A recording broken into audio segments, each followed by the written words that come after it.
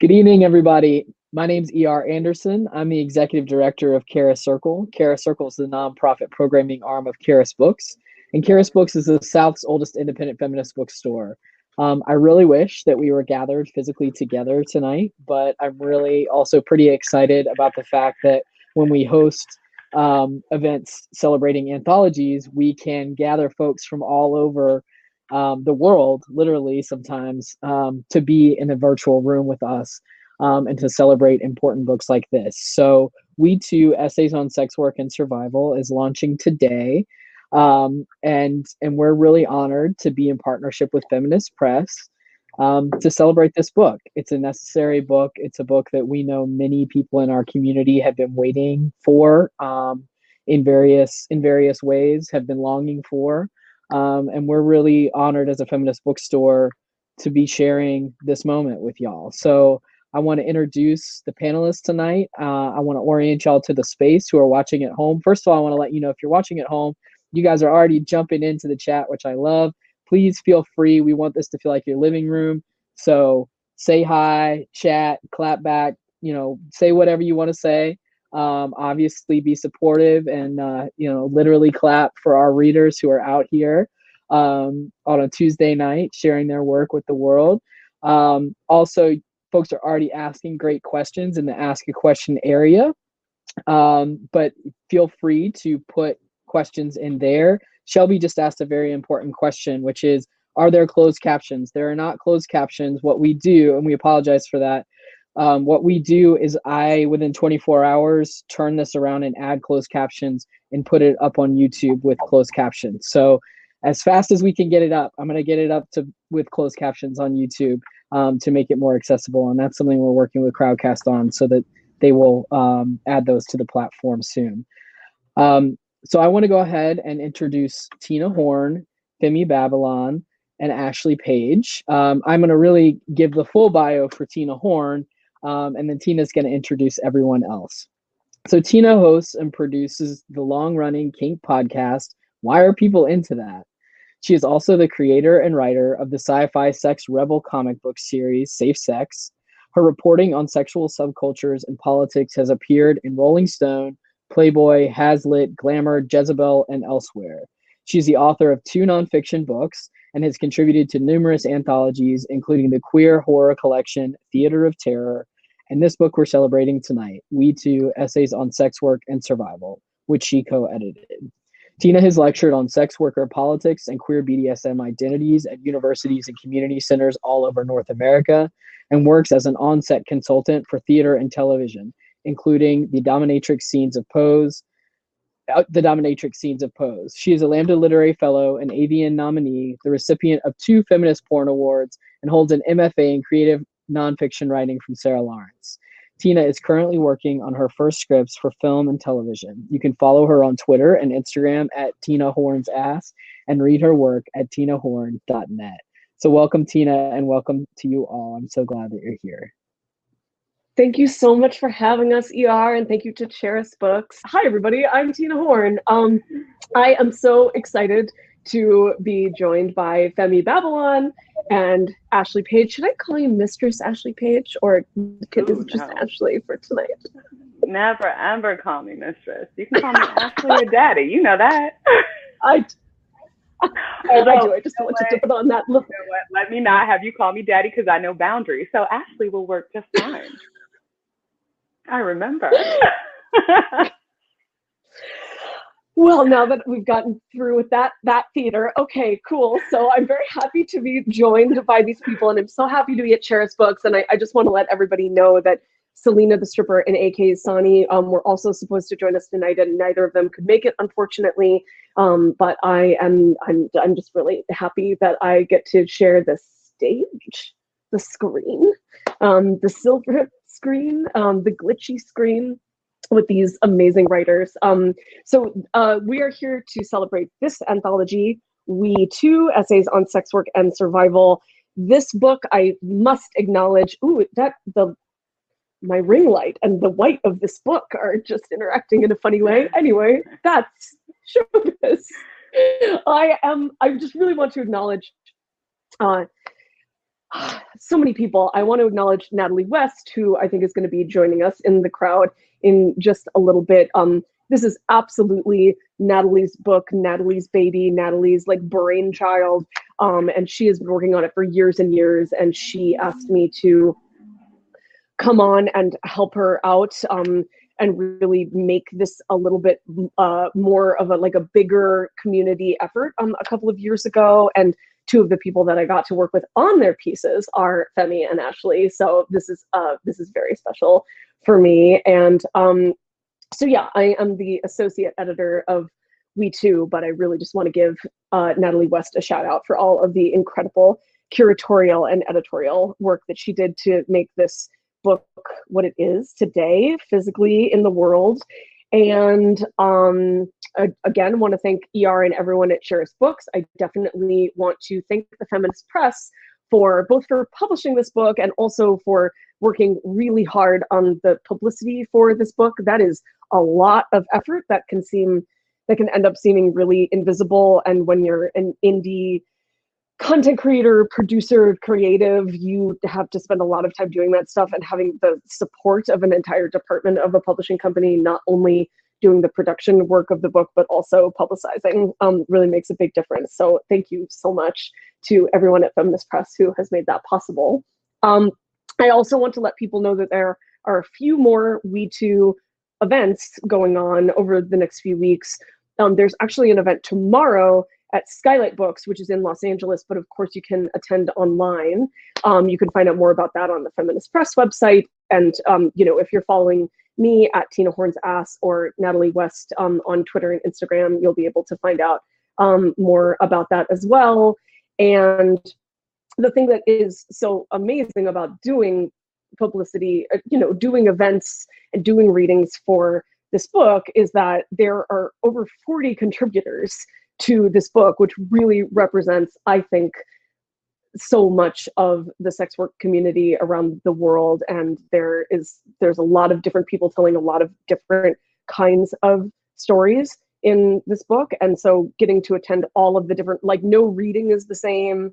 And there's so many different people and voices to hear from. So even if you are here tonight, I think that you will really want to check out the event at Skylight or online through Skylight Books tomorrow. Okay, that's all the showbiz for now. So I'm gonna be the warm-up act. I'm gonna read a little bit from my piece in We Too. I'm not just the associate editor. I'm also a contributor.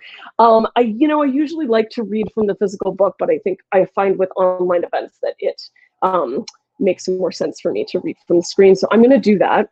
The context that you need before you hear my excerpt is that my piece is called Good Faith, and it's about a lot of different things having to do with power and professional BDSM, but the story that I tell in the book about an experience that I had in professional BDSM takes place, so in this piece, I'm about 6 years into professional BDSM, and I'm asked by an associate, a colleague, to come out to this place in kind of the middle of nowhere in the rural Northeast of America, that bills itself as this fancy, isolated BDSM chateau, right? So I'm thinking Story of O, the marketplace, and I get there, and it's just a little country, it's just a modest little country house, which is fine, whatever. But the people who greet me refer to themselves as, I've given the names and faces have been changed to protect the innocent and not so innocent and keep me from getting sued. So I call it the place or the space in the story. And the people who greet me when I arrive at the space, they sent someone to pick me up from the bus station, and I arrive in this very isolated little country house to meet someone who refers to himself as Master M. That's what I'm calling him in the story. And he's attended by Mistress Quinn. And just to give you a visual, Master M is in his 70s. He's a white guy, and he like has a ponytail. That's probably all you need to know about him. And then Mistress Quinn is like 25 and this like sort of like buxom brunette type. And that's all I think you need to know to understand the context of the story that I'm going to tell. And then the only other thing that I want to do, and I did chat about this with my fellow contributors just a second ago before we went live, I do want to give a content warning. Obviously, content warning for this whole event. I think if you understand anything about the book, we're going to be talking about some pretty heavy stuff, heavy themes, heavy experiences. So content warning for violence and assault, all of course in the context of the purpose of this book, which is sex workers telling their own stories and also offering a lot of stories of healing and what we do to get there. But specifically also, I want to give a content warning for my piece, which is in part a critique of the way that these white people in this isolated BDSM chateau have like master-slave dynamics with a lot of people who come to their space, and how they treated me as a slave from the second that I arrived, even though that I was there to perhaps professionally play the role of a slave.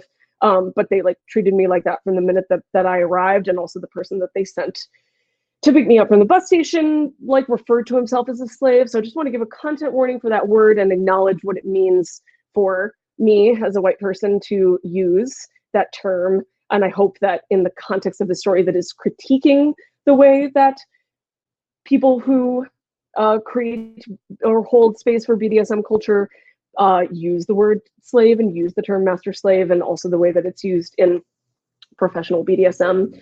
I hope that in critiquing it, I always hope to be reducing harm rather than causing harm, but I also just want to acknowledge that and let you guys know I'll be using that word, and it's really hard to read this piece without using the word slave. So without further ado, I am now going to read, and then after me is going to be Ashley and then Femi, and we're going to be here for about 60, 90 minutes, and we are going to have time in the end for a Q&A. So sit on your hands until then. I realize that this coconut water definitely looks like I'm drinking a glass of cum, so which maybe I am. Okay, here I go.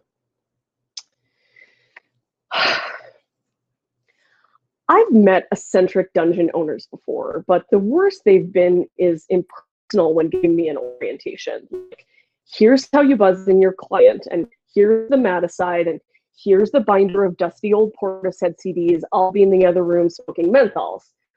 Then the space is making me feel disoriented. I ask my host some reasonable questions. So how do you screen clients? And where do we negotiate our scenes? And should I collect my money before or after session? And all my queries are met dismissively. We'll discuss it later, or you don't need to worry about that. So far, I'm not able to discern a concrete reason to feel in danger, but they aren't giving me any cause to trust them either. After dinner, I change into a sheer pink and black polka dot teddy and robe, pulling on opaque black stockings and a garter belt because I'm still not sure how East Coast clients will react to my hairy legs. I'm instructed to wait in the guest room listening as my client, Steve, arrives. Master M calls me out into the living room.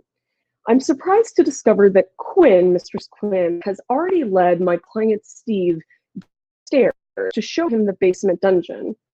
Every place I've worked before then has had its own particular style of theatrics, but I'm used to a clear differentiation between the role you play in session and the person you are, the person being hired.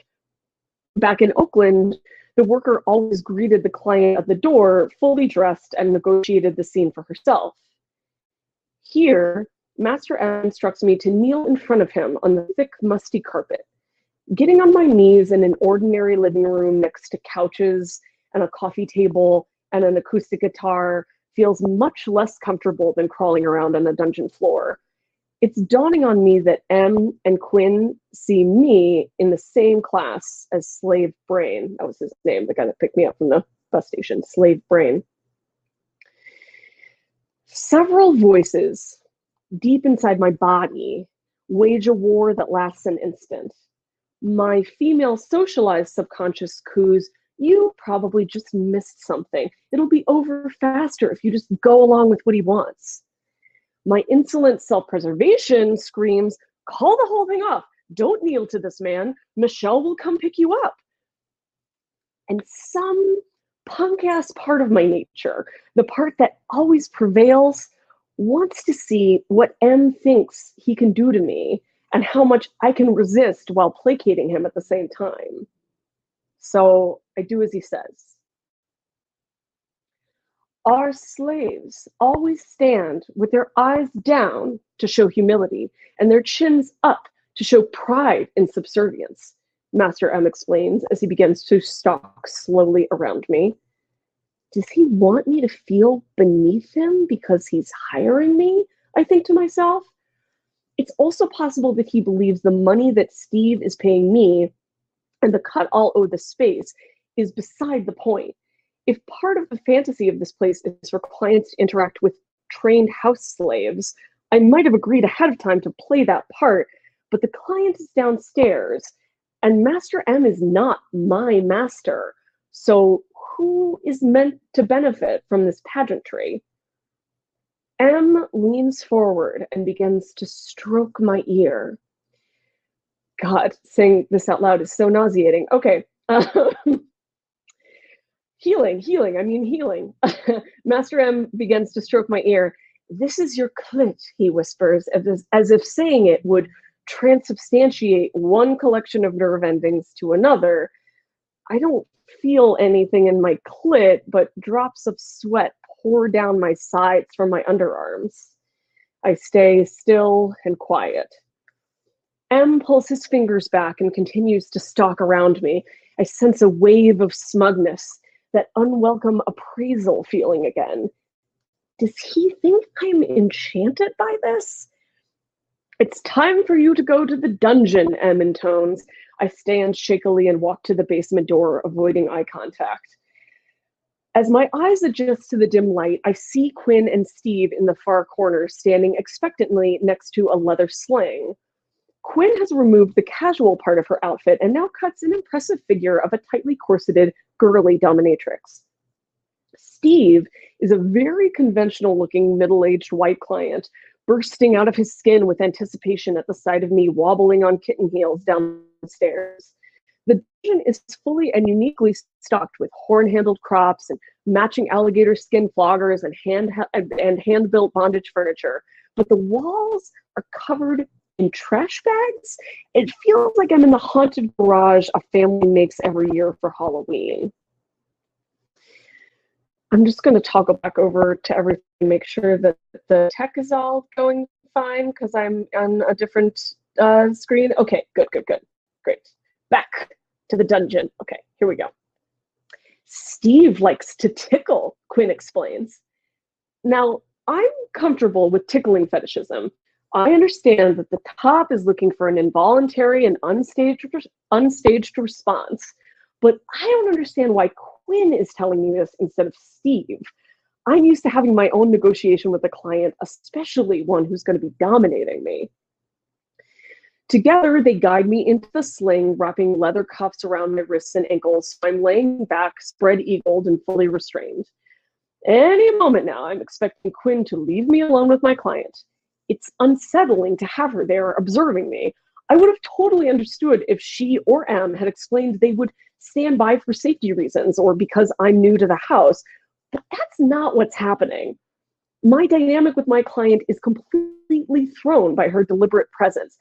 Imagine a therapist being non-consensually monitored by the person whose office she's renting. Steve, they're always called Steve, aren't they? Steve approaches me slowly, and then he dives in. He doesn't caress or stroke.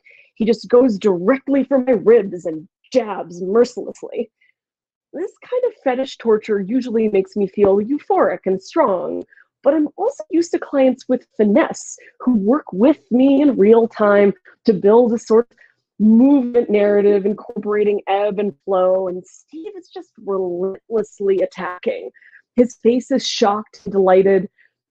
Ordinarily, I would talk from the bottom, teaching a new client how I like to be teased.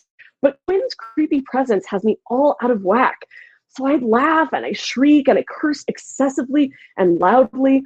If I'm going to be in this weird, isolated dungeon in the woods, I figure the least I can get out of it is the catharsis of screaming vulgar, bloody murder, which is something I can rarely justify in the thin-walled city thing. My squirming and giggling and chain rattling is amplified by the tension of this entire fucking situation. Ordinarily, even if I'm enduring something challenging, I can ground myself to the presence of the other workers in the house. They know who I really am when I'm out of character. Here, there is no anchor. I'm learning that they're expecting me to be the character. Every so often, Quinn approaches and joins in on the tickling. Now, I could use my safe word, or I could call the whole scene off, or I could tell her to fuck off, but I'm worried that this will be seen as insolence and a reason not to pay me. So I choose to let Quinn touch my body, but this choice is bound to the disorientation of my situation. Finally, Quinn tells Steve his allotted hour is up. They unlatch me, and I'm quite shaky getting up the stairs, where Master M is waiting for us. Quinn, Steve, and I stand in front of an expectant M, who again instructs me to kneel in slave position. I'm very disappointed in you that you would use language in my house, he says, referring to my litany of cursing screams. I have no idea what to say. I'm embarrassed and furiously insulted being spoken to like this in front of my client. I thought I had done a very professional job making this tickling fetishist very happy. No one has ever questioned the way I process pain and sensation.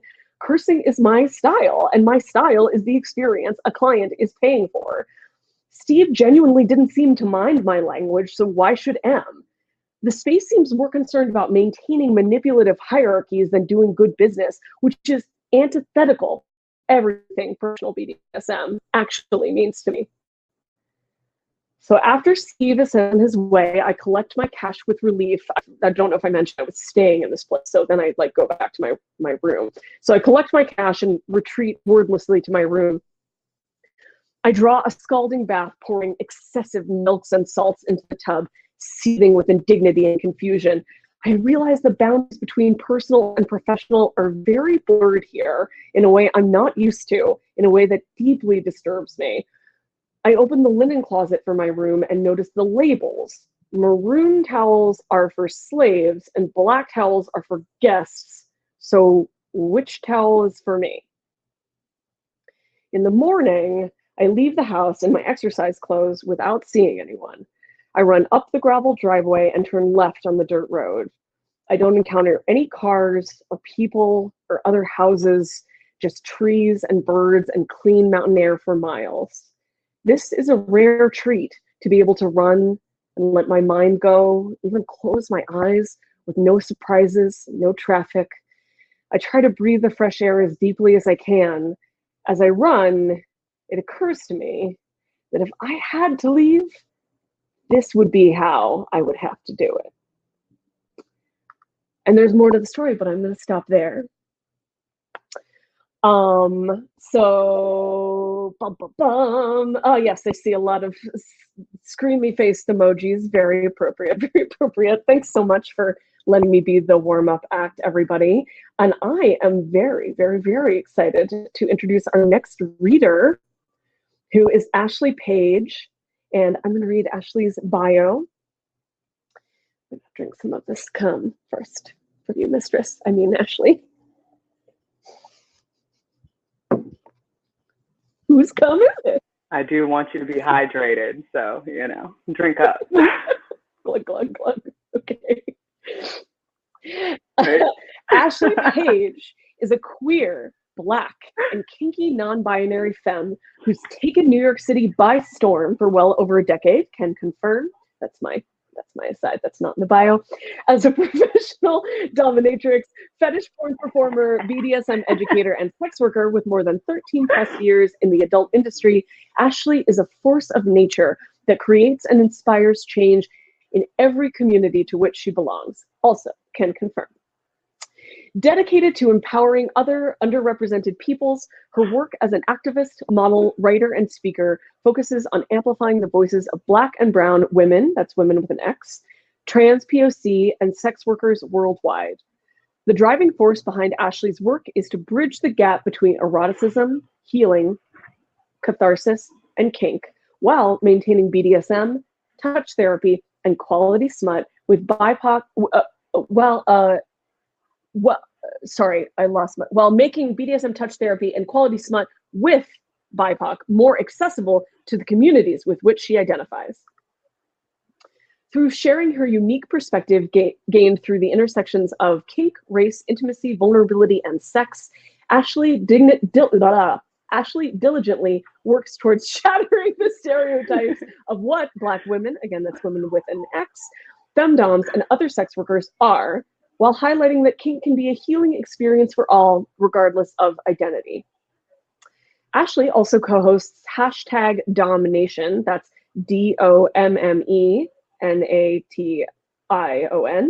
a monthly podcast which highlights the lived experiences of Black and Brown folks involved in the BDSM community, all parts of the community, and aims to prove that Black, Brown, Indigenous, queer, trans, and disabled folks not only live this life, they elevate it. Ashley, I am so excited to hear you read. Take it away. Thank you, thank you. So I'm gonna be honest with y'all.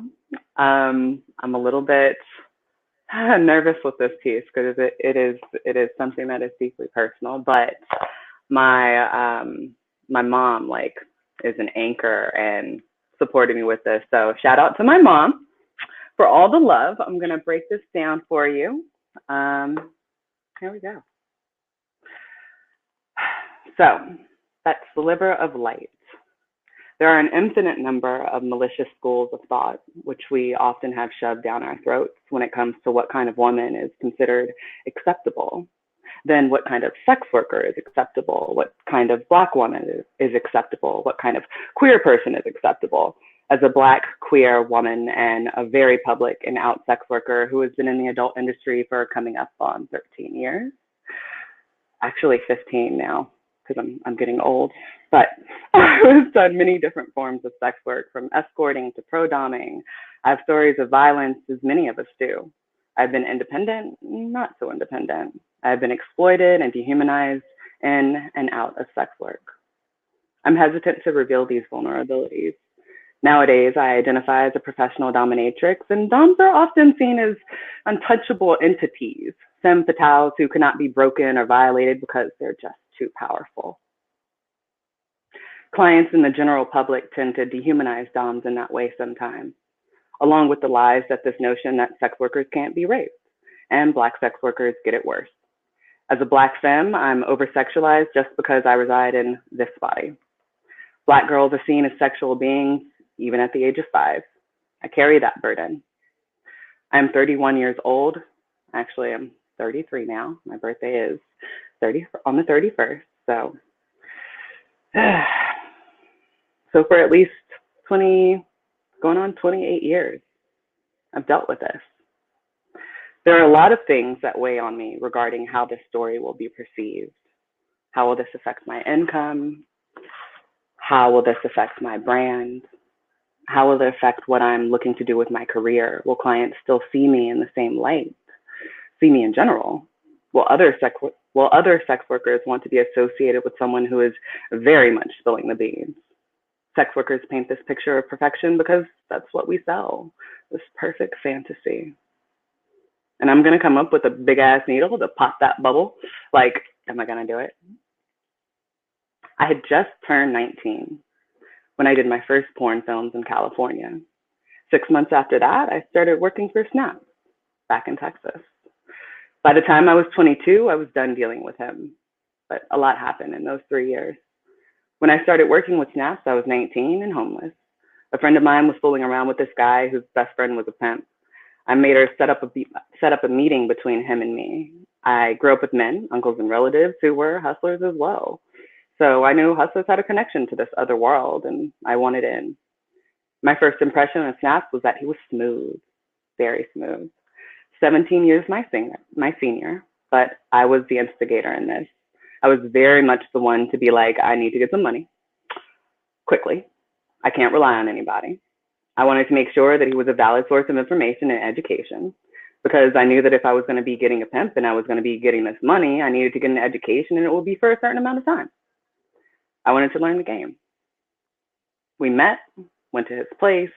He was in Lancaster, which is not far from my granny's place, which is kind of funny now.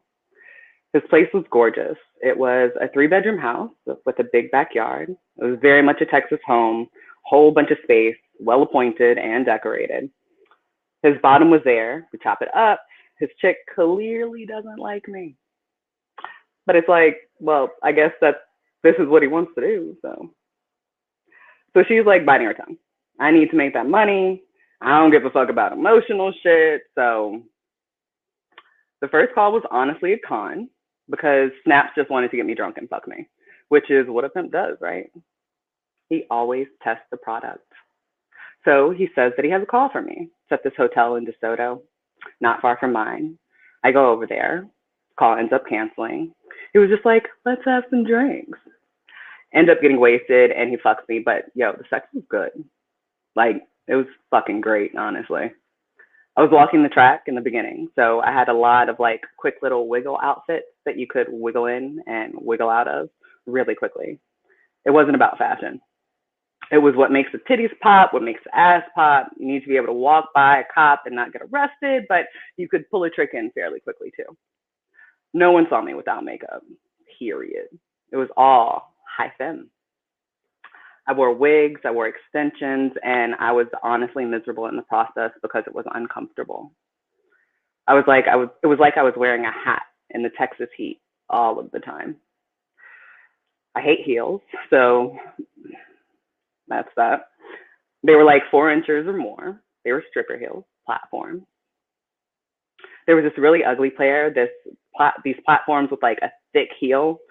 And it had the wrap around the ankle, the band across the toes. I'm a 10.5, like 11.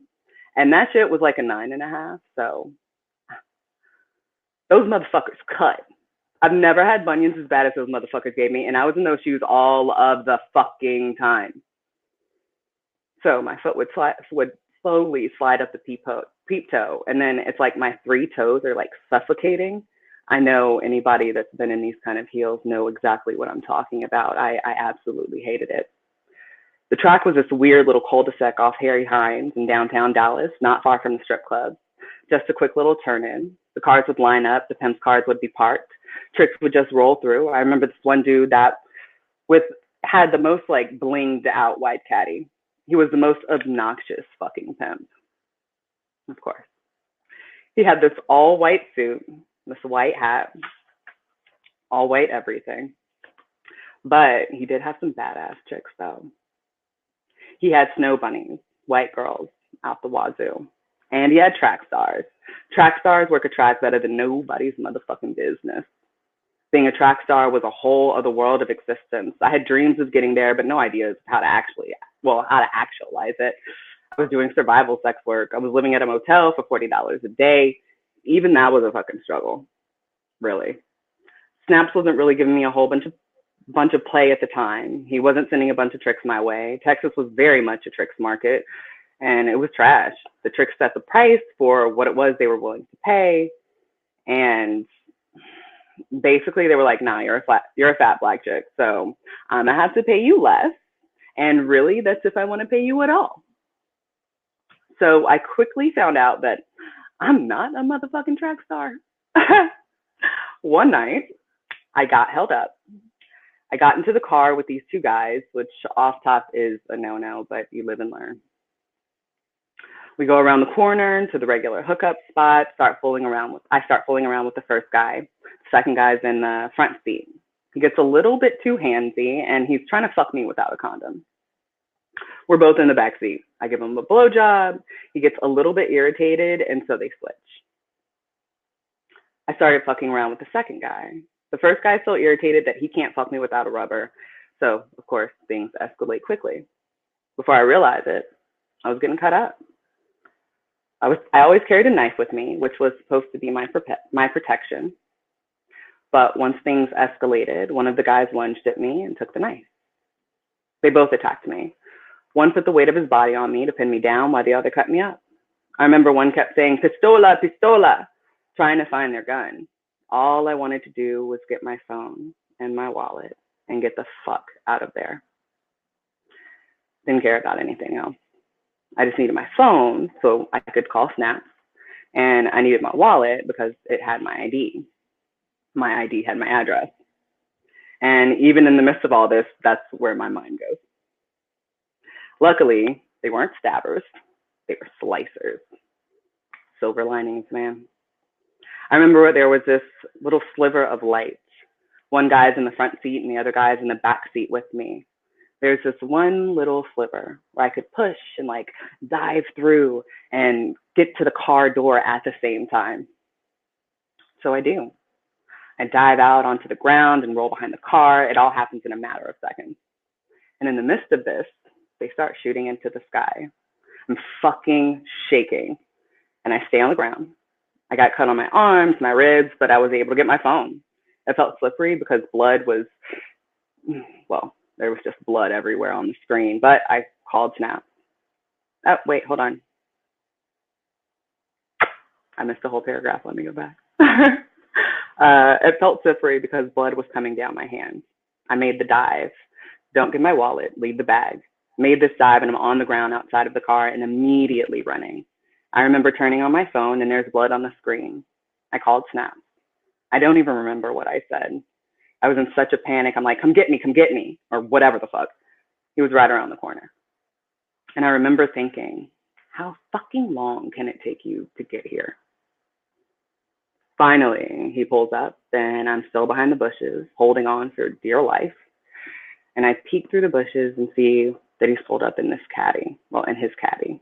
His caddy was maroon red, another default Texas staple. If you know, you know. I remember coming from behind the bushes, running and diving into the caddy. He said something about me getting blood on the handle, which, come on, like, fuck you. Then, tell me where they're at. I'm going to go find their asses. And I'm just like, you ain't going to do shit. Which, obviously, he didn't. After that, I took off to the Caribbean to dance. You know how a 2-year-old has a toy and it's like, it's mine. I may not be playing with it, but it's mine. And you can't touch it. Snap's toy had walked the fuck away without his permission. So when I came back, he found me in San Antonio. When he found me, it worked out because honestly, I was broke. I went to Dallas to hustle with him, and that's when shit goes in heavy and hard. It's in calls, it's out calls, I'm traveling. I was posting ads, developing a website, getting reviews, traveling all over Texas and Louisiana. I got busted 3 times. First time was in Shreveport, Louisiana. I kept telling Snaps I had this absolutely horrible feeling. I ended up in jail for 24 hours. Got molested by the cops in Shreveport too. And they took pictures. The next time, it's in Dallas about a year later. Horrible feeling. We're going to be leaving town that night. And all I have to do is a session. I keep on telling him something is off, something is wrong. Got to do a session. Got to make the money. He has shit to do.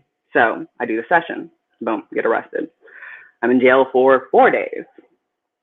He goes off to Louisiana. Leaves my ass right there. The first time I got arrested, he laughed at me and it broke my fucking heart. And the second time, he just shrugged it off like he expected it. I am apparently a fucking masochist because I kept with that shit. After seeing so many negative interactions between women and men in my family, I got the idea that you're supposed to accept it and just turn the other cheek. And so this was just one of those situations that you just turn the other cheek. There is quite a bit more, but I have a feeling I'm right at 10 minutes. So you're going to have to purchase the book. Thank you so much, Ashley. Yes, good. Buy the book. I hope everyone is doing lots of deep breathing all the time, really, but definitely now. Yeah, let's crack crack everything that we've got. Ashley, you are so amazing. I could go on and on and on about this piece, but I think that the thing that I find the most amazing about it is the way that when you are talking about all of these different scenarios, you are able to vividly recall all of the concrete detail, like of all your little wiggle outfits and your shoes and the way that they made you feel and the color of the shoes and like so many different things. And it's so evocative, and I don't want to speak for you. For me as a reader and as an editor, it feels like all of those things sort of transform those experiences, like through your telling of it, making such a vivid story that is your story, not anybody else's. Yeah. So thank you for sharing it with us. Thank you for hearing me and sharing this space. How are you feeling right now? My armpits are sweaty, but I'm good.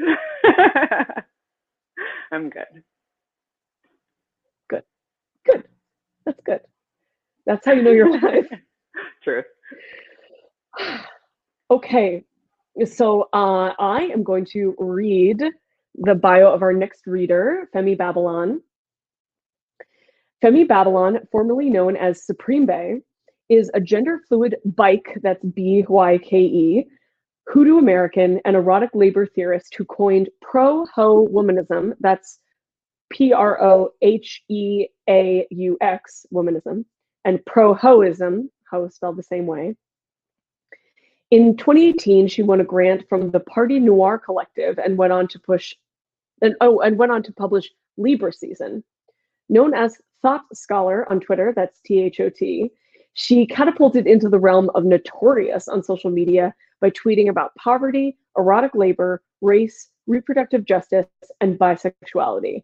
A born and bred Midwestern genius, her words have been published in Vice, Wear Your Voice, Autostraddle, Afropunk, and Yale University's LPE blog.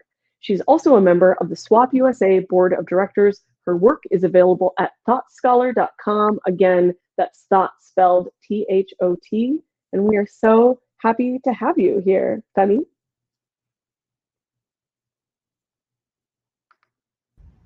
I just realized I was muted still. I hate my bios. I hate writing them. But I have like a Kanye West feeling when I write some of them. So I loved your piece, by the way, Ashley. I think yours was one of the I think yours was like my favorite that I've read so far. I've read a few of them, but as far as like style, I like the rhythm of your piece. It does a lot visually for me in my head. So some of these comments are fucking hilarious. So my piece is called What I Have to Do. Hopefully it's not too long. You said we have 10 minutes, right? Give or take. Okay. So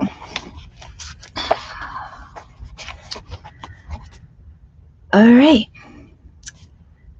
I don't gotta do anything but stay black and die was one of my mother's most commonly uttered phrases during my childhood. Stay black is a common black phrase. Stay true. Mommy is a first generation Gen X college graduate, but I sometimes can't tell if my grandma's as proud of her as she was of my uncle, her favorite child. My grandmother's a boomer and worked the same job as long as I knew her until she was forced to retire early. By the time I was in high school, she was living off Social Security and my mother was sending her money. Mommy never taught me about money or how to manage it. She had the phone bill in my name for a few years, but I didn't learn about credit until I maxed out a Chase Bank credit card. She had a closet full of clothes and shoes that she rarely or never wore. Mommy was a high school Spanish teacher, then a principal, and she was queen of the side hustle before white people got their hands on it. She braided hair, sold Avon, made her own candles. We were a wavering working class family, pink collar. After the divorce, my two sisters and I became latchkey kids, and I walked to and from school at age 7. When I was 8 or 9, the white lady neighbor called child services on my mother. I can't imagine what for. We were mostly quiet, tiptoeing in and out of the back door, laying blankets on the stairs, and sliding down into a pile of soft bed things. When the social worker came, we dutifully lied, claiming our auntie was meeting us at home and just stayed inside. Mommy said the white lady also asked during one of their former over-the-fence conversations why she didn't ask for alimony during the divorce proceedings. My stepfather was abusive. I'm not sure why my mother declined alimony, but as I got older, I heard her say I didn't need it. Black women are supposed to take pride in our ability to overcome. As a young girl, I never thought about work or marriage. I thought about writing comics and growing my hair out. I thought about traveling. I thought about freedom from my mother, who was also abusive, mostly verbally and psychologically, but occasionally physically. It took years of growth and self-defining adventures for me to scrub my mother's words from my mind. Unlike most other kids my age, including my siblings, I didn't work in high school. I wasn't allowed. I didn't get an allowance. Every once in a while, my grandmother gave me pocket money, but Mommy took money from our piggy banks whenever she felt like it and dared us silently to ask for it back. Because I was barely passing in high school after being a high-achieving straight-A student in elementary school, my mother stopped investing in me. I had lost my value. Even though I wasn't a troublemaker, I wasn't a child she could brag on anymore, and I reflected badly on her as a parent. I was anxious and deeply depressed. I sat in the basement at my grandmother's and played Goddess and The Sims 2 until the wee hours of the morning and barely passed my classes. Since I wasn't growing anymore, my mother stopped regularly buying me new shoes and clothes, so when I was finally in college, free from her clutches, one of the first things I wanted to do was get a job so I could have money of my own to buy these things for myself. Before I got my first vanilla job, I was propositioned by a young man. I was exploring my sexuality at the time, and my favorite movie was The Players Club. I saw the movie when I was too young to be seeing it. It has a number of quotables. My favorite, "Run me my money." Most of the time when we talk about it, we only mention Diamond's hot pink gauzy dance to R. Kelly's "It Seems Like You're Ready," the infamous dollar bill speech delivered to Diana, aka Diamond's cousin Ebony, and "Use what you got to get what you want." When I was around 15 or 16, a cousin of mine had made a passing comment, probably as an insult, that I could be a stripper. But I took the idea seriously, turned it over in my mind for months and months. I had always been obsessed with lounge singers, brothels, whores, women who were, by my definition, free. Of course, these women also couldn't have it all. If they were loose or promiscuous or liberated in one way, they were always doomed in another way. Like Ethel from Diane McKinney Whetstone's novel Tumbling, who saved herself by fucking and releasing men, but had no loyal girlfriends or support system and ended up secretly giving away both her children to the dignified but scarred churchwoman Noon. Still, Ethel was the kind of liberated I thought I might be. She had her own moral code, and it set her apart from the other women. She was danger, she was other, she was a hussy. And even at 17, I thought I'd rather be a hussy than constrained by societal norms.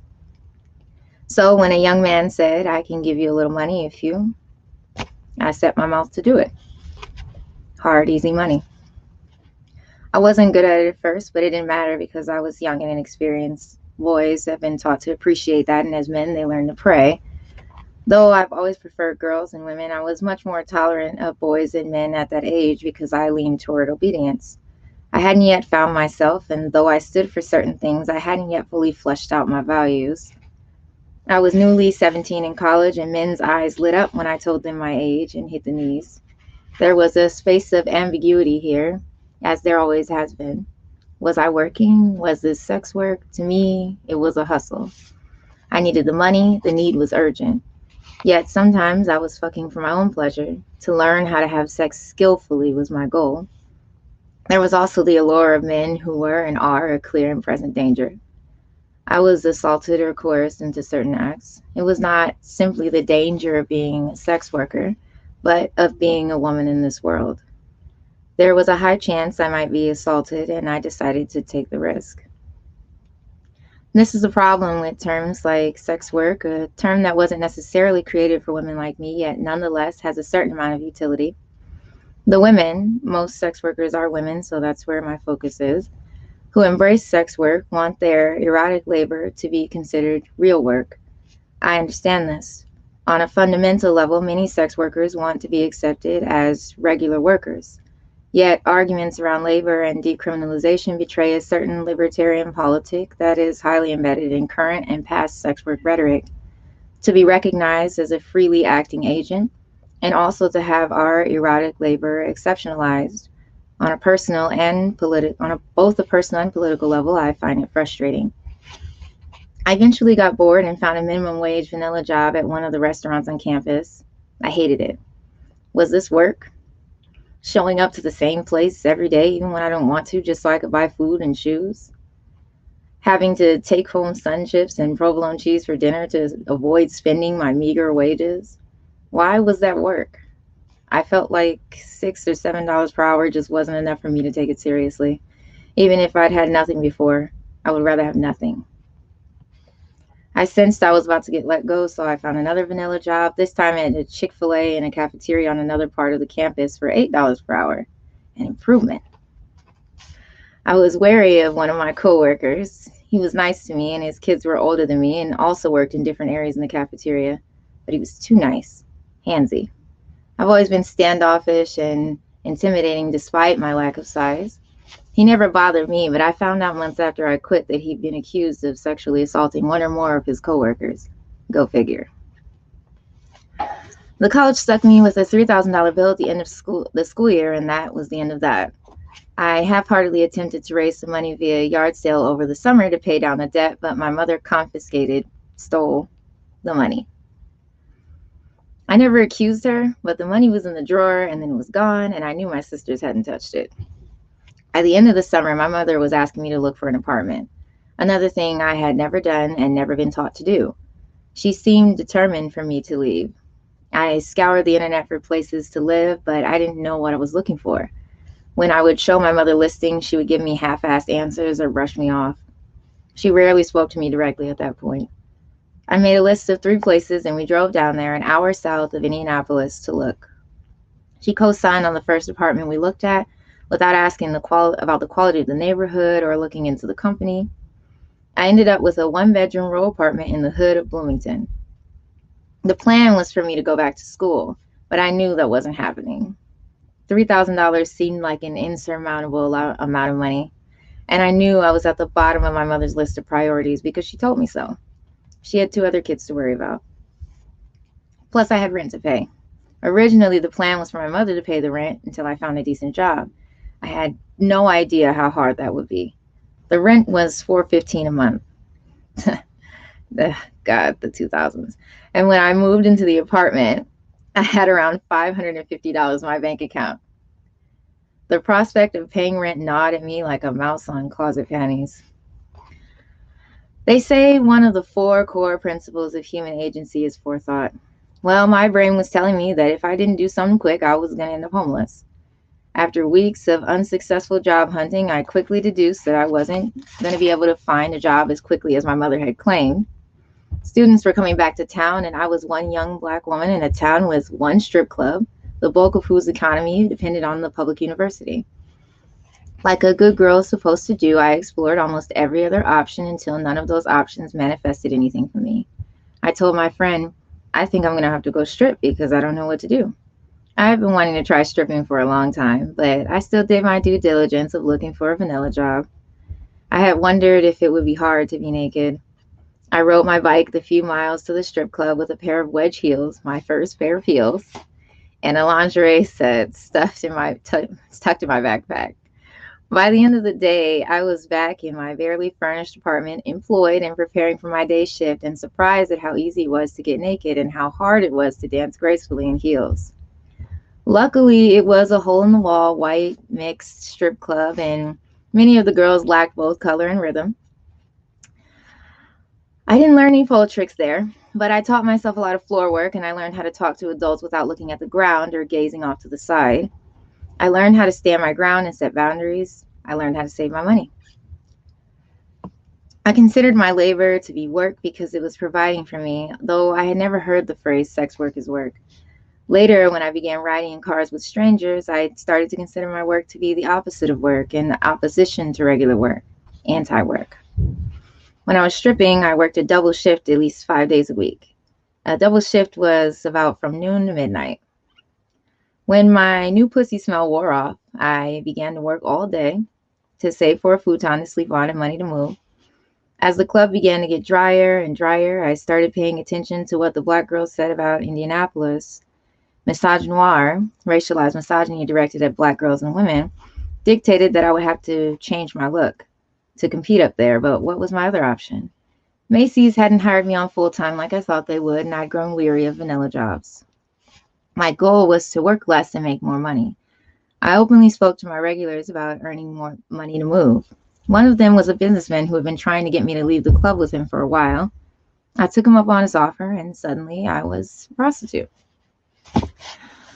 With that shift into trading sex, I was able to secure a cheaper apartment and plan to move to Indianapolis, where hopefully my future would be brighter. Another regular of mine owned his own vending machine company and gave me his phone number and job information so that I could claim that I worked for him in order to secure a lease. And thus, at 18 years old, I embodied 2 more core principles of human agency: intentionality and self-reactiveness. I figured out how to reserve a moving truck and con 2 guys from the club into helping me move my shit. A month before I turned 19, I bounced out. I arrived in Indianapolis with $20 in my pocket on a mission to turn things around. It wasn't as easy to find work as I thought. Although Indianapolis is a bigger city than where I came from, I was only able to find work at a black club. I wear my hair natural, and it was difficult to get past auditions, even when I wore braids and even though I'm slender. My skin and hair deterred me. The black club was equally difficult in a different way. I was much more reserved around black men because they expressed an over-familiarity related to their feelings of ownership of black women. I was able to wear my hair the way I wanted, but I made very little money, and it was often attributed to my hair not being straight. The only other women who wore their hair unrelaxed wore buzz cuts and were extraordinarily beautiful. I struggled to fit in. My politics have always been left of my peers, and I found it hard to balance my values with my need to make money to survive. I fell into street prostitution at first, then pursued it. I worked alone. I didn't know how to screen clients or what that even was at the time. I didn't have many friends, and I was struggling with an infection contracted via an eczema scab. I got into strange cars with men. My cell phone was often off. I had no internet access once I moved away from Bloomington, and I often felt hopeless and isolated. I took men and women home constantly to abate these feelings with casual sex romps. Still, I struggled to make ends meet, even though the studio apartment I'd moved to was $50 cheaper than my previous one. I borrowed $400 for rent from the club owner, desperate. Older men who saw I was struggling wanted me. They offered me covert sips of their drinks. Extras seemed to be an unspoken rule in this club because all the women were black and all of us were poor. Drugs were common in all the clubs I ever worked at. In Bloomington, it was pills, coke, alcohol, and heroin. In Indianapolis, it was weed, alcohol, and coke. The day shift DJ had his eye on me. He was 43 years old. I cluelessly maneuvered around his advances, unaware of what I was doing, until another dancer pulled me aside and told me to be careful. Men often think you're leading them on when you act like you do. I know you're just a kid, but he has history of dating the younger dancers, so you need to stop messing with him. You don't see how he looks at you, but we do. I hadn't thought a grown man like him would be interested in me. Lost my place. I was recklessly playful with him, and I would hang out in his booth sometimes before my shift, or I would pop in when business was slow. He always played my song requests until one day when I slept with a patron he knew. Suddenly, he started requesting a tip for every song I requested. I hadn't any idea that I was supposed to tip him. I didn't make enough money to do so, and he knew that. I was upset that it took me so long to learn what many men are like. Because I wasn't giving him what he wanted, he treated me differently. I stayed away from the DJ booth during his shift after that. The night shift DJ was my favorite person at the club, though. He was kind, and he had a daughter who was my age. He was impressed by my taste in music, and he invited me over to his house to hang out with him and his girlfriend. He treated me like the woman child I was, and it was off-putting, but I latched on to him. The three of us spent the night listening to music, talking about our lives, and drinking boxed wine. They didn't offer me the wine. I was allowed to make my own decision, and they snickered at me, feeling the need to sneak it at first. I'd never drunk more than a sip before. I sang the woman a song because it was her birthday, and I delighted at her response. At the end of the night, I fell asleep at the foot of the bed. It's moments like these that I cherish, the strange sense of safety among strangers, a loose compilation of misfits and transient family. I feel like, was that 10 minutes? I'm not sure. Should I keep reading? You should keep reading if you feel like it. I feel like okay, I'll read a little more. I wasn't making, yeah, read a little more, please. Thank you. I wasn't making enough money to pay rent, so I called up my aunt, my former babysitter, who was 7 years older than me. She secured a spot for me at the club she was working at in Green Bay, Wisconsin. Now, I'm from Milwaukee, in case y'all didn't know. Many of the women I know who ventured into erotic labor have been initiated or introduced into it by a friend or family member. I remember my mother making sly comments to my young aunt about her lesbianism and her stripping. I know that a lot of women who consider erotic labor a further exploitation of women's bodies wonder, how does it all fit? Particularly for a Black woman who's already doubly or multiply exploited.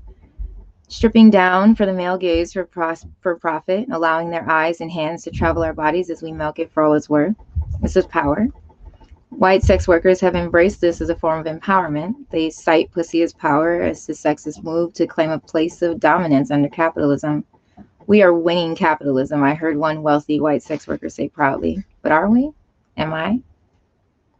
Traveling didn't bring me any closer to winning capitalism. I learned how to handle money, but what is that skill worth when you live in a constant state of economic lack and financial panic? We grasp onto these individual empowering moments like a ring in a garbage disposal. The panic that at any moment the blades will cut us is always lingering, even when the disposal is non. I feel lost, but not in the sense that anti-porn or anti-trafficking proponents would hungrily grab onto and exploit. The loss is in the fact that I do not fit here. I'm losing against capitalism, not as an erotic laborer, but as a Black woman mired in poverty and racism. I'm disempowered not by my profession or side hustle, but as a victim of structural oppression. To prove that I love my sex work under these conditions is a pressure I simply cannot and will not bow to. I found stripping and prostitution liberating. I own my trauma. I consider the fact that I could find so much joy in the face of danger a triumph. I enjoy being a fantasy just as much as I enjoy being real. But the perils of being Black and woman and poor weigh on me. I've been a sex worker throughout my young adulthood and into my late 20s, through motherhood and beyond, but it has never been sex work that drained me. Engaging in erotic labor presented me with options I never would have known I had. I became myself. I defined myself. Ebony's vicious rape near the end of the Players Club is often left as a footnote or a lesson learned because she fucked Diana's man. We glossed right over Ronnie's oral violation of Diana. She fucked Diana while she was blackout drunk in front of a group of white men at a private gathering without Diana's consent. Diana graduated from school, but the strip club was presented as a place of danger and degeneracy. Ebony left the game and started working a minimum wage job at the same shoe store her cousin used to work at. The adage at the end of the movie rings clear and true to those of us who might reap the rewards of surviving capitalism. Make that money, don't let it make you.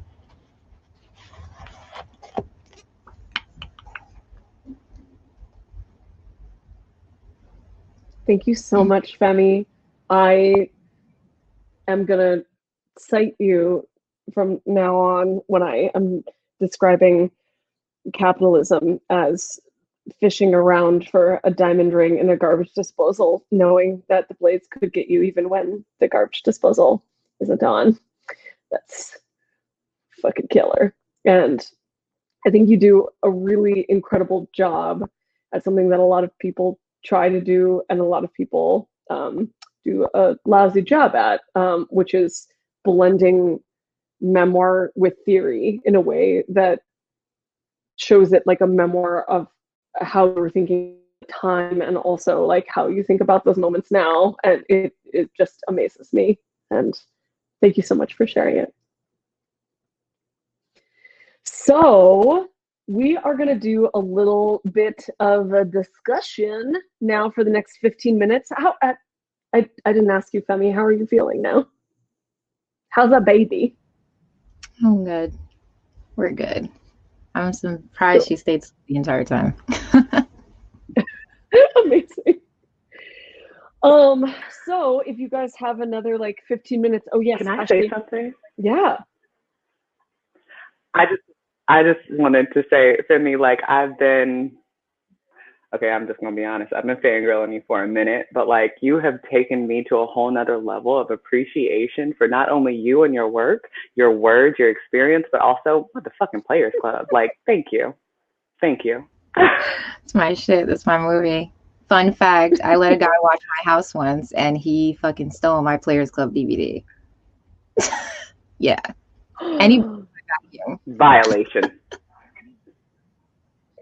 We need to everybody needs to tip Femi so that we can get whatever your preferred platform is now. Do we need to get you like a Blu-ray that is Players Club should be on Criterion? Like everything's getting okay, torrent. so we need to, oh, you torrent it. Okay. I'm donating to the fund now. Drop your Cash App. Like I'm donating to the chat. Now. Thank you. Yes. Yeah. Yes, do it. The money is coming. Throw money. So we have about 15 minutes left before I want to let everyone go and have their evenings. So I have a question, and then we have a few questions in the chat as well. And if anybody has been waiting to put a question into the ask a question section. Quick question. Yeah. Quick question. So my headphones need to be charged, and I'm not sure if that's going to mess up the audio. Does it need to kick me out again? If that happens, I'll bring you back in. Sorry. We'll bring you in. Cool. Okay, cool. Well, I'm going to remind, what is my Cash App? It would be amazing if we all got tipped. I think I know what it is. I'll bring you back in. Yeah. Oh, yes. Okay. My cash is.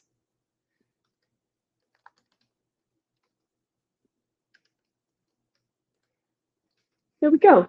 Let's normalize tipping. Perfect. All right. I can't hear you. You can't hear me?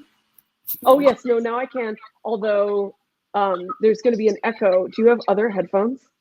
I can charge these for a few minutes. They charge really quickly. Awesome. And if you just want to switch back to that. But we only have a few minutes left anyway. But so I really want to ask both of you to speak to,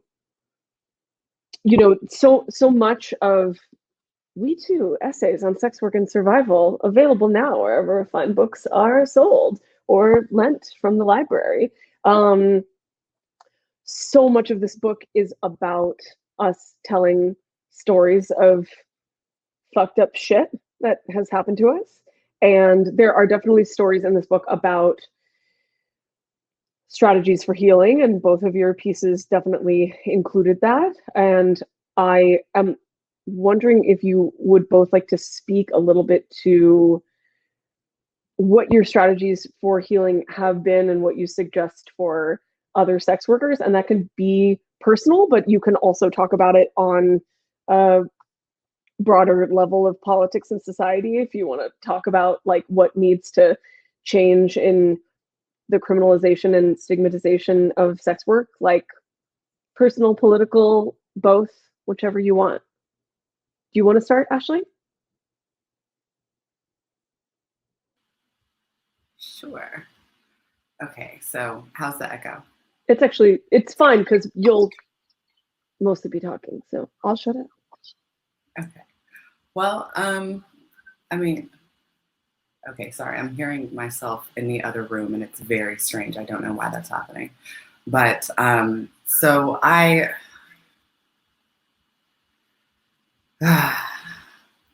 having gotten arrested in Texas and Shreveport for that matter, was a stupid experience. From beginning to end, from the way that the police officers handle it, the power that they're able to have over whoever it is that they're arresting or engaging with. I was molested by police officers. Nothing came of it. I reported it. Nothing came of it. They took pictures. Don't know where they are. Even like when I had gotten arrested in Texas, they had tried to say that I was trafficking myself. What are you talking about? What? They tried to say that I was underage. Nope, I got a valid ID with my age and my date of birth that makes it very clear that I am an adult. Not only am I an adult, I am a consenting sex worker. So all of this bullshit is just, it's mind-blowing, the ways in which, like, even still, sorry, my mind is getting jumbled. The system is fucked. Everything needs to change. The power in which those that are supposed to help us and serve us is completely fucked. It is exhausting to have to be exploited in so many different ways, whether you are a sex worker or not, because you're dealing with a system that does not see you as an equal, that never see you as an equal. And so they can perpetuate whatever kind of harm they want against you. The laws need to change, which I'm really excited. There's so much legislation that's happening. I was on a call not too long ago, and there's so many different organizations that are like putting forth powerful legislation to change what the fuck is happening with sex workers and sex work as a whole, with advocacy for our bodies. Like, how can you tell me that what I'm doing with my body is not okay? You have no right over my body. It's mind-blowing. So like, everything needs to change. I say burn it all down, but burn it all down with intention and rebuild it, because we can't just say burn it all down and be like, okay, let's like have a party, because that's going to be bullshit too. It's like a controlled burn, like in California, we need a controlled burn. Yeah. To prevent further harm. Yeah. And like, so much needs to change, but also there's a lot of like, okay, so my mother said not to curse so much. Sorry, That's Mom. Mom is in the house. What'd you say? Mom. Your mom is in the event. But yeah, I mean, there's so much that needs to change, but there's also, it took me a long time to get to the point where I could tell this story and not be held by this story. I'm so sorry, I can't do these notifications, y'all. I don't even know what I did. It's all good. But it took me a long time to get to a point where I was no longer demonizing myself or limiting all of the power that I have, because all of this shame that I carried, all of this stigma that I perpetuated within myself, but also saw perpetuated within the communities that I had, like the outside and the government and the legislation, yes, all of that needs to change. But there's a lot of change that needs to happen within the community as well. We can be really harmful motherfuckers. We can be really harmful individuals. Mom approved. Right? We can be like really harmful. I think like when we do have this community, it's very easy to attack those within it, because we're dealing with so much. And just because you are a sex worker doesn't mean that all of the other isms you are necessarily void of, whether that be racism or ageism or ableism or classism, like all of the isms. So I remember when I first got into the industry, I was isolated for some time. Yes, I was not independent, but I was isolated. And then when I transitioned out of being not independent into an independent sex worker that had moved out of survival sex work as well, because that was a serious transition. Damn it, I lost my point. No, you were speaking to how being an independent sex worker maybe made you feel less isolated. Is that what you were saying? Oh, sorry. Yes. So got it. Thank you.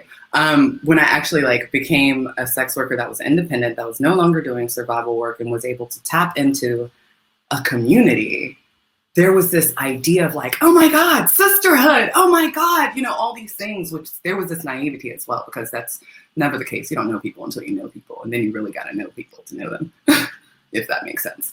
It does. But there was naivety and this expectation of acceptance, this expectation of understanding, this expectation of someone else seeing my humanity because we did the same work.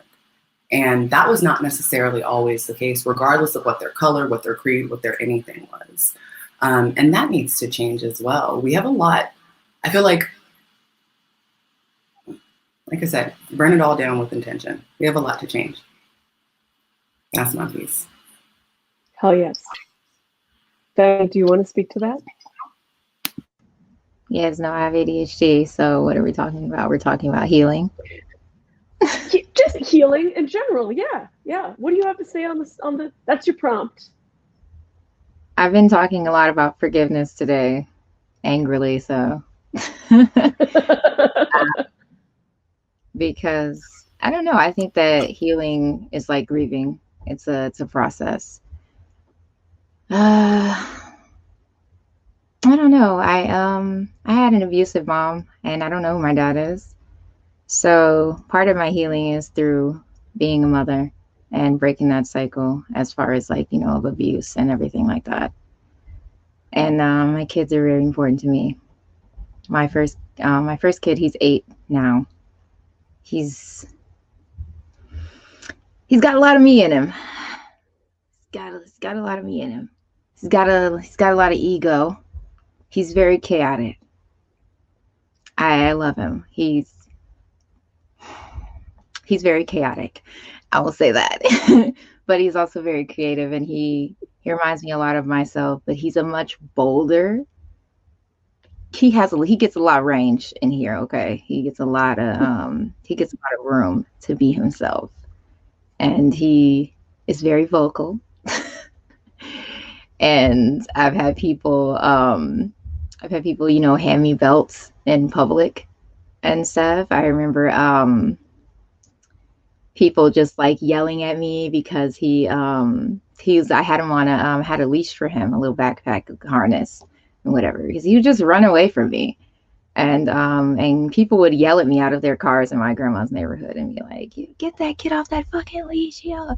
You're walking him like he's a dog." He said, but if he runs into the street though and he gets run down, then I'm gonna be a bad mom, So I gotta wrap him up and just so he get a little room, luckily he was a toddler, they're like little pets, Tether. That's how kids are. So I guess I get my healing through raising my kids, and also just through writing. I had to keep writing and tweeting. I go through periods where I tweet a lot and then I don't tweet much at all and whatever. And I have a lot of hate followers for some reason. I don't know why people follow people they don't like. I'd rather disappear from, your view, disappear from your mind, that's what I do with people I hate. I block them and forget about them. But, everybody's different. Some people, like to, gossip or whatever. I just never thought I was that as important as a Kardashian. But anyway, I guess I think of healing as it happens in stages, and sometimes you walk backwards. Sometimes you feel like you're making great strides, and then sometimes, you I don't know, sometimes you just kind of are, middle. people try to like push you to forgive people for different things, but I don't believe in forgiveness. So there's that. But as far as sex work is concerned, I guess we were talking about decrim and different things. I'm working on a couple of different pieces related to that, and I hope that at some point this second wave of sex work politics is able to kind of move beyond juxtaposing decrim and legalization and start talking about like nitty gritty of, you know, like if we're talking, you know, under the system where we're at, under the system we're in right now, currently, because like Ashley said, you know, better to, you know, burn it all to the ground, anarchism, you know, but but as far as the system is concerned right now, if we don't get our hands in that shit, they're just gonna make laws. Like they don't give a fuck what we want. Like they don't care about any of us. So, you know, I guess the best thing for us to do is to keep moving forward with different things and to not accept the bare minimum. You know, I know we want to commute people's sentences and different things like that, and that's important work. But I truly believe that at some point, you know, we're going to have to make some moves in some other directions, and we're not just going to be able to like keep with the, you know, like, I don't know. I just feel like as far as policy, a lot of us are really undereducated in certain areas, and we really, really have to start providing that education for each other. You know, the same way we do about arrests and different safety measures and things, we have to start somewhere with learning about policy and everything. I feel like I was all over the place, but there's like I love it. Box down here. Yeah, I love it when everybody is all over the place. I am gonna, I truly do. I am gonna read one of the questions from one of our attendees. I'm gonna put my video. I'm gonna mute my video for a second, but I'm still here, so I'm gonna read the question and shoot it off to you guys, and then I will BRB in terms of my face. So the question is, vulnerability takes courage. For each of you, is your courage easier or stronger as time goes by? It's an interesting, really interesting question. Maybe you guys can also speak to like how your relationship to like vulnerability as strength has changed through the process of like writing these pieces and seeing the book published. So go, BR. Do you want to answer first, or should I? Okay. I don't think of myself as particularly courageous. So I don't know. I guess I will say that I found that once I started being treated for ADHD and depression, I was able to kind of like not overshare as much. Social media was always kind of like a refuge for me. So I've always been very vulnerable on there. But one thing that a friend noticed, and I didn't, you know, people were like, you know, you should get checked for different stuff and whatever. And I came from a family that didn't believe in that stuff. And then I wanted to do that for my son. So I kind of focused on him to the exclusion of myself.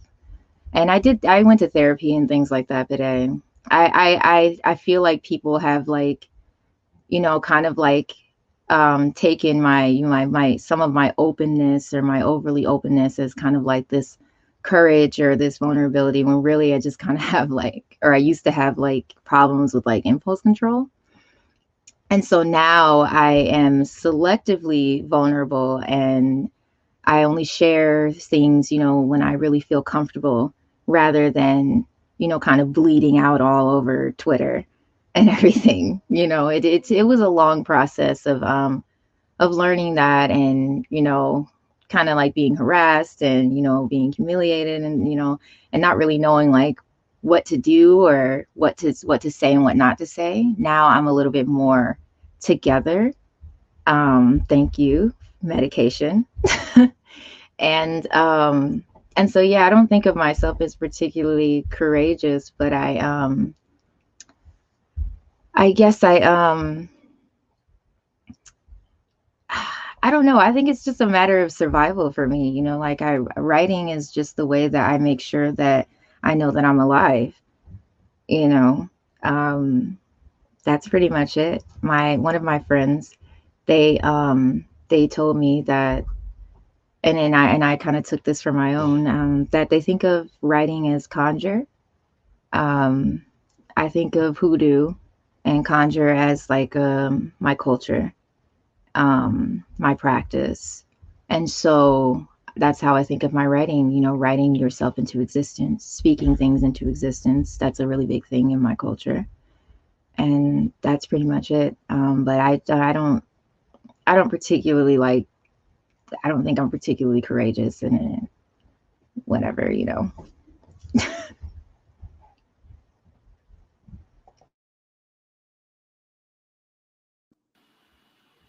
Ashley, do you want to speak to the vulnerability as strength and if that has changed with time?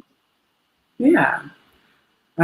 So I I identify a little bit in the opposite way of femi.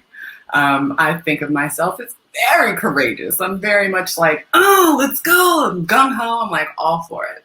Vulnerability has definitely been one of those things that like is an ever evolving process for me. I'm really good with like being a machine, having my armor up, charging it forward. Like that's my jam.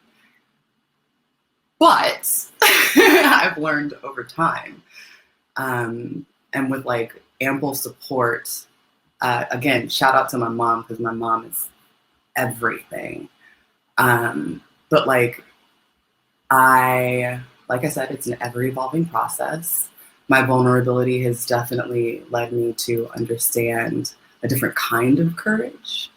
I used to write all of the time as a kid. I was constantly writing, and like, I mean, I still have written over the years, but it's been like focused toward work and ads and, you know, very specific Ashley brand business focused things, right? And like, that was a very specific outlet, but I was running from myself for a long time. I think that like, allowing myself to not only be vulnerable with others, but really like be vulnerable with myself and really face all of myself, really helped me to move forward and step into a place where I could share my truth without being shamed by it, regardless of what the fuck my truth was, because I've had a very colorful life, a very colorful life.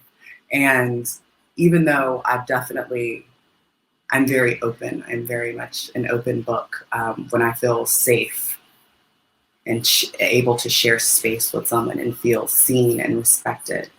But like sharing my story openly or sharing my experience openly without it being some kind of performance, without it having like Ashley, the daddy, the dom, you know, without it having that was, that took a lot, and I'm glad to be here. I forgot my point again, but yeah, like Femi, like we all have our mental health shit. I think that like I allowed mine to, because of also like I'm a sex worker, I am queer, which is a whole nother conversation and the shame that I carried with that. But I also have an arrest record, right? So it like, you a hoe that went to jail and you a gay hoe? Like what? On top of that, like you can't have mental illness on top of that. Like you also have been homeless, like all of these things. There were so many ideas that I had about how I could or could not be, when really I was already existing as I was. And like being vulnerable enough to like allow myself to experience all of me without any shame, whether that be with like assistance with therapy and, you know, so much therapy, so much therapy.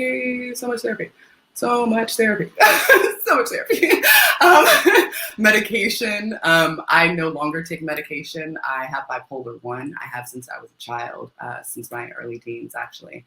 I did the whole medication route. It was not for me.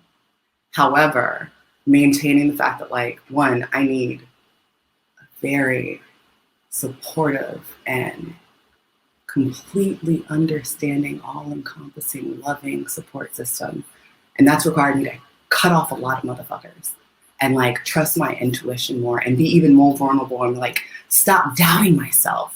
Like, really, like, checking in and holding a mirror up to myself and being like, bitch, like, look at this shit, this ain't gonna work. That has given me the courage to open my mouth again and start writing again and start sharing my heart and my soul and my spirit without it just being like, Ashley, you know. So yeah, vulnerability, strength, courage, fucking, like, man, it's taken a long time to get here. I will also say that, like, on top of therapy and shadow work and fucking, like, working my altar and writing shit into manifestation and all of the things, like, I am also a big proponent of psychedelics and cannabis as well, and using them with intention. I had a therapist that was well versed in psychedelics, and when I first started, like, diving into that, I took a very intentional approach to it because I have bipolar 1, right? So, like, I had to be clear about that,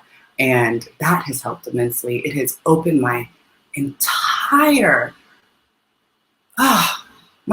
essence up to itself, you know. So, like, yeah, it's taken a long time to get here, but I am forever grateful for the process and for the ability to allow myself to be vulnerable in whatever way that shows up, whether it's softness and nougatiness or courage and ramming through the door, or, like, you know, just, like, laughing and being in a goofball, or writing out my heart and letting it, like, ride. So yeah.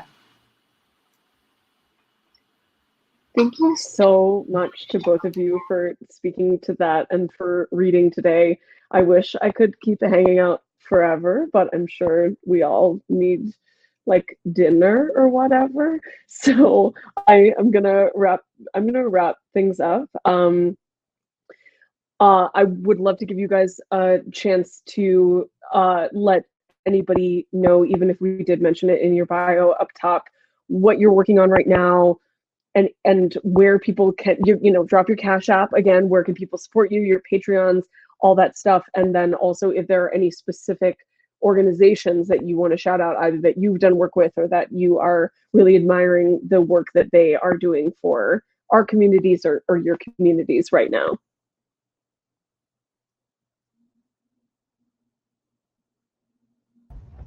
Oh, okay. I'm just some thought scholar on Twitter. Y'all can go ahead and just go and find me there. Everything is up there. I got a pinned tweet. Everything is thought scholar. Everything. And that's it. Oh yeah, and I'm working on still working on this book. I've been working on it since, like, 2016. Low End Theory. Kind of a collection of a more refined collection of the stuff I write on Twitter.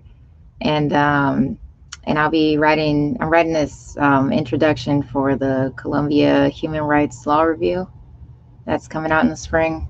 So that's the thing that I'm doing right now. Hell yeah. That's pretty much it. Thanks, Femi. What about you, Ashley? So, let's see. So first I'm gonna, like, drop my website. So I've been working on a website. I was working on a new website for a while now, and I, like, finally dropped it.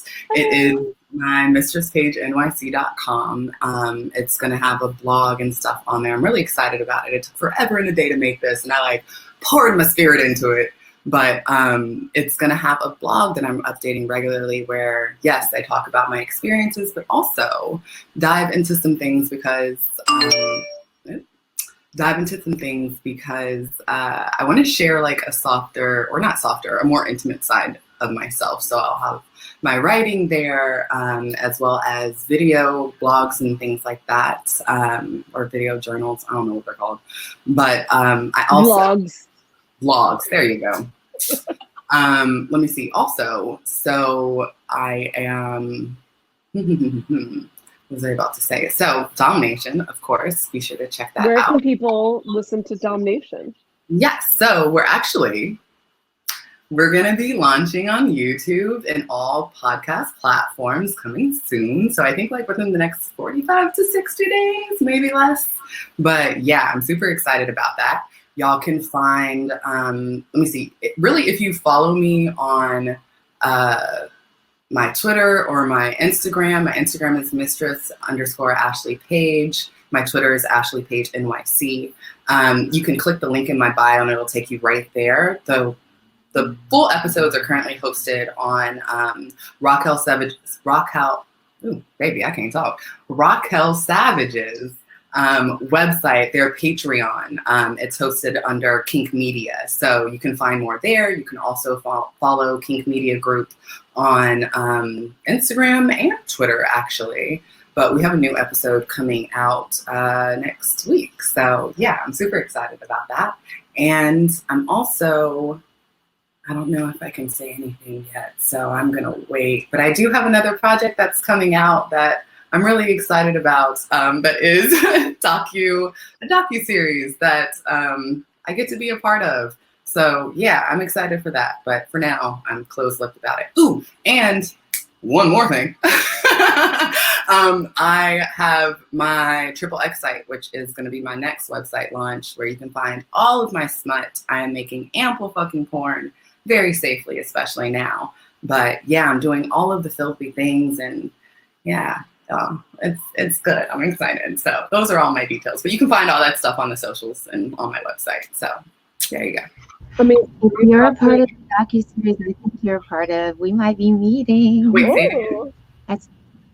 I said, if you're part of the docu-series that I think you're talking about, we might be meeting at some point. We're excited because, like, yo, we need to be friends.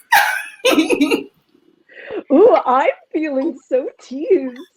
Like I'm sitting on something that's vibrating.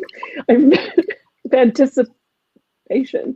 Anyway, so that is, I'm so excited to hear about all of that and all of your work. I am a giant fan of both of you, so it has been an honor for me to be here with Femi Babylon and Ashley Paige. I want to give a thank you again to ER and everyone at Charis Books, and shout out again to Natalie West and Feminist Press, and thank you actually also Charis or Jisoo from Feminist Press just reminded everybody that when you buy your copy and a copy for everyone you know, and especially everyone you hate, of We Too, Essays on Sex Work and Survival, a portion of every sale goes to an organization called Swap Behind Bars, which means that our incarcerated comrades can get more books. And so it's just books for books for books, and voices for voices, and sex workers for sex workers. So on that note, thank you all. I know we ran a little long, but thanks for sticking with us. It has been, like I said, an honor, and I'll add a pleasure to be here, and I'll see you all soon. Thank you for being a part of this tonight. It's a real honor to celebrate this book with all of you. We are really grateful for the important work that you're doing. So everybody stay safe and take care. And until next time, we appreciate it. Have a good night.